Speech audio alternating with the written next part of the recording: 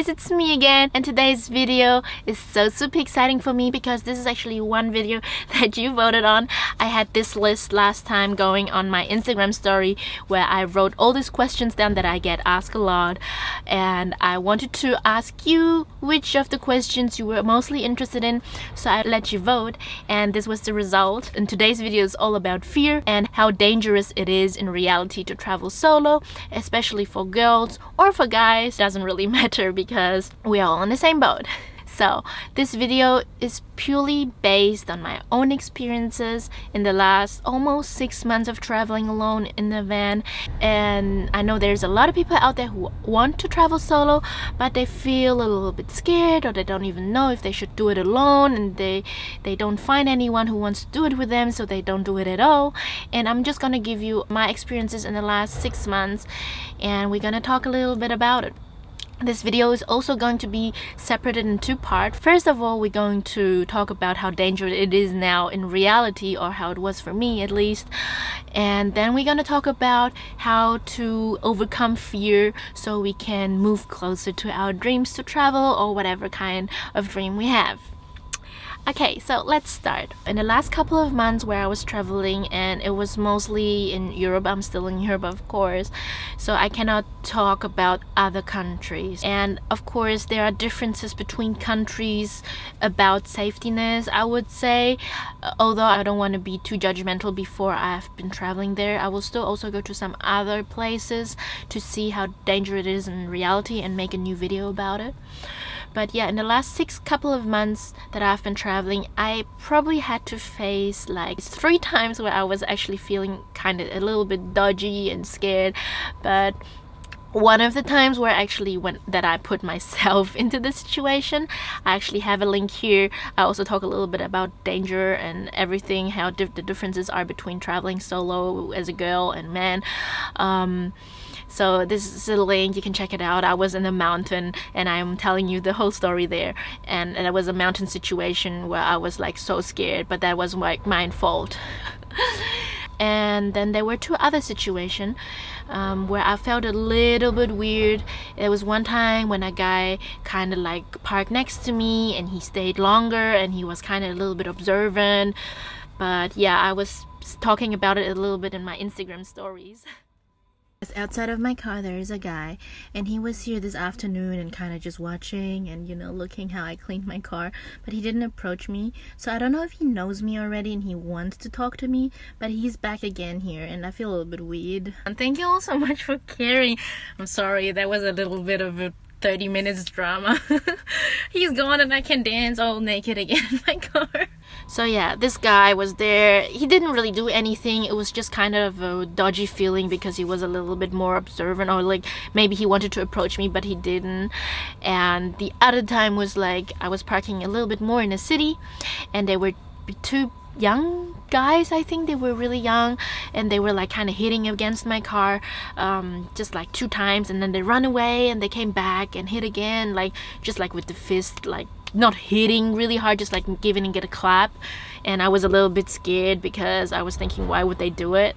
And I talked about it as well in mine. So I was just parking, and then they were like, I don't know, couldn't really tell because I was in the car, 2 guys who would hit really hard against my car. Then they screamed something and ran away, and 5 minutes later they did it again. But guys, I'm all good though, don't worry. I'm just really tired, and I just really didn't understand why they would do that. I don't know, just weird. Maybe they saw my Instagram because I have like stickers in the back of my car. But so yeah, other than that, I didn't really have to face any more dangerous situation where I felt a little bit uncomfortable. And I'm really honest to you, most of the people that I've met, and I meet a lot of people from the internet or also just people on the street, we talk, and most of them, they respect you for going against the stream a little, because I quit my job and I quit everything and traveling in the van, of course. So they are really interested. And you don't have to think like just because you're traveling all of a sudden and you cross a border of country, you're all of a sudden in a more dangerous situation, because the people who are living here, they also have a routine life. So they really do not pay too much attention to you, because they have their life. They don't really know that you're a foreigner if you walk on the street. Just think about in how many dangerous situations you are when you're actually in your home country. You're not really so much in danger all the time, right? Like, it's not like you go out of your house and think, oh god, someone can rob me now, so I have to be really paying attention. No, because it's your surrounding, you feel more comfortable. But because you're in a different surrounding doesn't mean that all of a sudden you are in more danger. In reality, at least for Europe now that I've been traveling for, wasn't dangerous for me at all. I even had times where I go to the grocery store, because my doors are a little bit weird. It's like a weird system. One of the keys doesn't fit into the main door, so I would even leave my door open sometimes, go to the supermarket and buy some grocery and come back and it's all fine. I mean, okay, that's a little bit reckless. I'm not saying you have to do this, but I'm just being a little bit lazy sometimes by not closing all the doors. We only have this fear because we imagine there's so much danger out in the world, but in reality, at least that what I've been experienced, there is not. The people are really friendly most of the time, and I'm not saying you should be reckless and not careful. Of course you should be careful. My mom even put like some pepper spray in my van in case something happened. Luckily I never had to use them.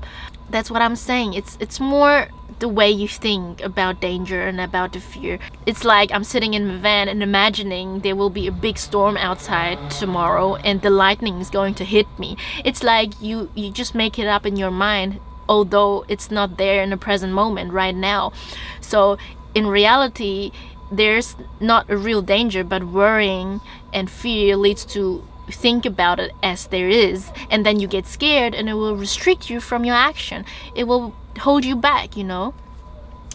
So I think fear and danger has a lot to do with your own mindset. This is what I've experienced and learned throughout the years as a human being with people. So yeah, for me, the main part is to manage your thoughts, to cultivate a good positive mindset. Otherwise, you will never get to the point to travel alone or to achieve something bigger in your life, because everything big requires a little bit of courage. You have to put your fear and your worrying aside if you want to achieve something, right? So I think in the second part right now, where we talk about how to overcome fear, you should really try to bring it into your daily routine life. We really have to train our brain, and first of all, we really have to focus on the way we think and our thinking pattern, because our brains are designed to keep us alive. At least back in the days when we were a caveman, a cavewoman, where just a tiger could come by and kill you. But of course we are not in this situation anymore, but our brain still thinks the way it did millions of years ago, because it's our instinct to keep us alive. What we really have to learn is actually to adapt our brain and our thinking process to the society right now where we're in. And I know the society is trying to tell us how dangerous it is throughout the news. They always try to tell you how bad it is, but of course when something bad happens, they will always point it out more than the good things that is happening. So for me, first of all, quit watching news. I don't watch news really. I mean, of course sometimes I still get to see a lot of things. When I just go on Facebook or on Instagram, you always get something or hear something, but I try not to put bad things into my mind. And it might sound a little bit delusional, because some people think like, okay, you need to know what's going on in the world, otherwise you don't know what's happening and you just live in your own little world.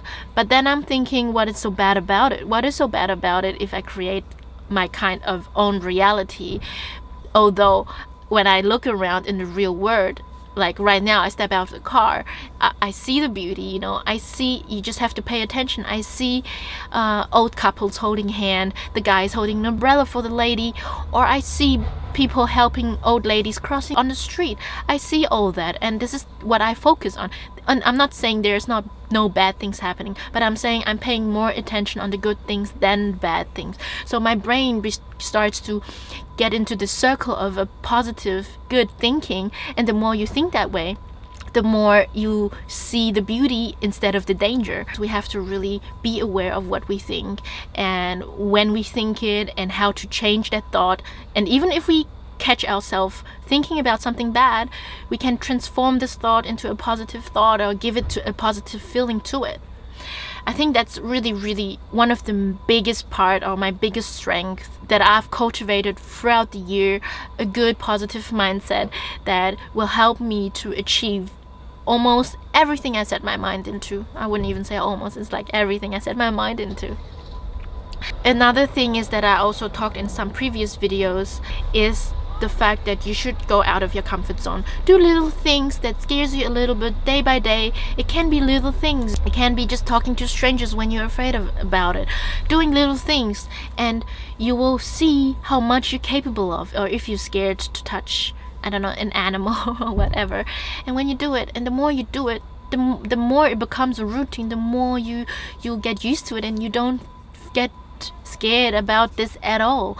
And it's the same when it's about traveling. Let's say you want to travel, but maybe you just go for a weekend alone by yourself because you want to. You do it. You go take the bus. You don't have to get a van. You take a bus, you go somewhere, and then you go back. And then the more often you do it, the more you will like it, maybe, or you don't, and you change your mind, and you will get comfortable and used to it. We are human. We are repetitive people, and you can routine your emotion. You can routine your thoughts in a good way that benefits yourself. I think this is something that is really important in order to achieve anything, and that's it. There's not much more I can tell you about it, because this is what I think. The 6 months have been a blast. The people that I've met were amazing, giving me showers, offering me coffees, and I've only came across good people. And no matter if there are some little bad things happen, I really forget about them fast as well, because my focus is just not there. Yeah, I hope this was helpful for you. I could give you a little insight of how I perceive the world traveling alone, solo in the van. And I hope this will give you some inspiration to go for your own journey. Let me know in the comment box which of the next topics you are really interested into watching, because I will do more videos based on what you like. I will also do more vlogs because I know you want me to do it. So I'll see you next time, guys, okay? Bye bye.